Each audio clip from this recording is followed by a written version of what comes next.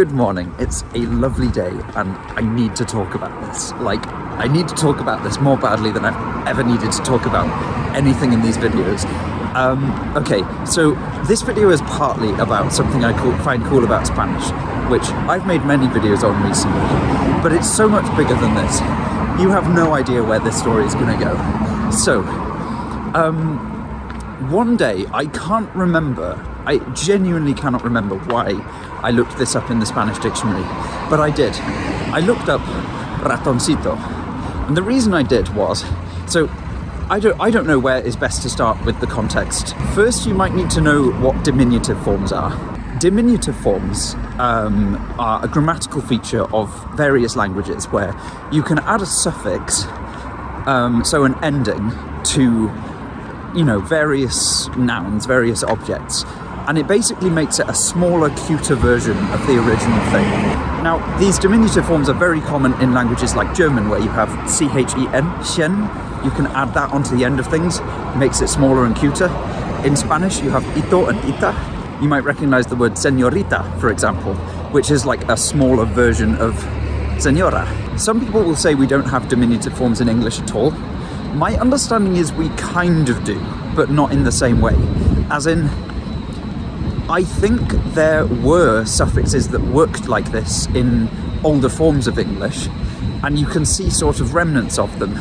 So, for example, the suffix let, L-E-T, we have words like piglet, which is clearly a smaller version of the word pig. It's a smaller, cuter pig, it's a piglet. And so at some point in the past, you were able to add suffixes like that onto words in English in the same way that Germans can with chen and Spanish speakers can with ito, and make a new word that's a smaller, cuter version of an existing word. But you can't really do that in modern English with the suffix let. It's not generative. At least I think that's the linguistic term for it. When sometimes there's a feature that there's kind of fossilized features of a language where you can see that it was generative in the past. You could use it to make new words, but it's not generative anymore, because I couldn't say, if I saw, a very small car, I couldn't say, oh, that's a carlet, and expect people to know what I meant. You know what I mean? Anyway, that's the context for diminutive forms that I think you need to know. I was curious whether ratoncito, which is like small, cute mouse, because el ratón is mouse in Spanish. I was curious whether ratoncito would have an entry in the dictionary. The reason I was curious is Mäuschen, which is sort of a German equivalent of ratoncito. It's the diminutive form of mouse. So it's like a mouse. It's a bit like saying mousy, a little cute mouse. Except mousy is by no means an actual word in English. It's just a thing you could say. Whereas Mäuschen is just grammatically okay in German. You can add that suffix to whatever you want.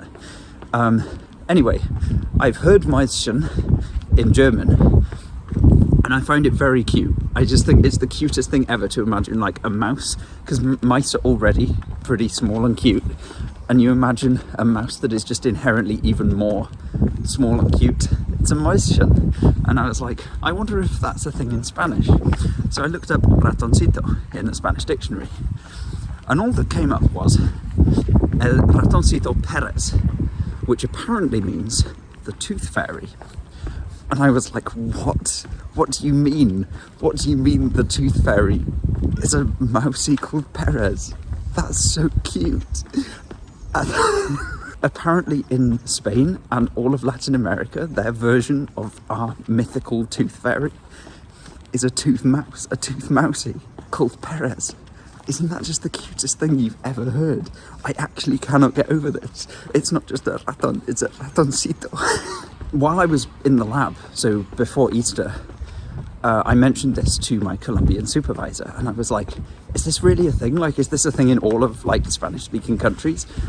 And she was like, oh yeah, they made a film about it in Argentina. And I was like, what? They made a film about El Ratoncito Pérez? And the film is on YouTube. The whole film is on YouTube.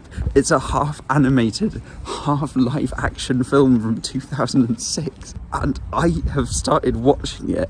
I watch it in small increments during my lunch breaks. And I've watched half an hour of this film called Pérez El Ratoncito de los Sueños, which I think means like Perez, the mousey of dreams.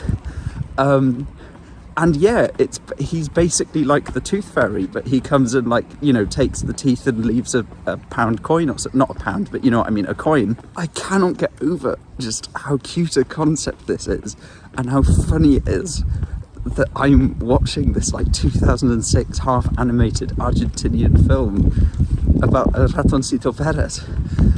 And I'm so obsessed with this mouse, and I can't explain why without going into all of this backstory that I've just told you about diminutive forms and Mäuschen and Ratoncito and El Ratoncito Perez and the Argentinian film industry, and also me trying to watch this film and understand it. Just for context, there's no English subtitles on this YouTube video. There are badly auto-generated Spanish subtitles, and it's made in Argentina, so I think it's in like kind of an Argentinian dialect, so it's even harder. So I'm sure there's pretty important plot points that I've missed, but like I feel like a lot of the time I'm getting the gist. That's probably not a sign that I'm great at understanding Spanish yet. It's probably more that like it's a simple plot and I can see what's going on. But still, I'm enjoying like, you know, looking for words I recognize and getting the gist of some sentences. And more importantly, I'm obsessed with this mouse. I'm really obsessed with El Ratoncito Perez.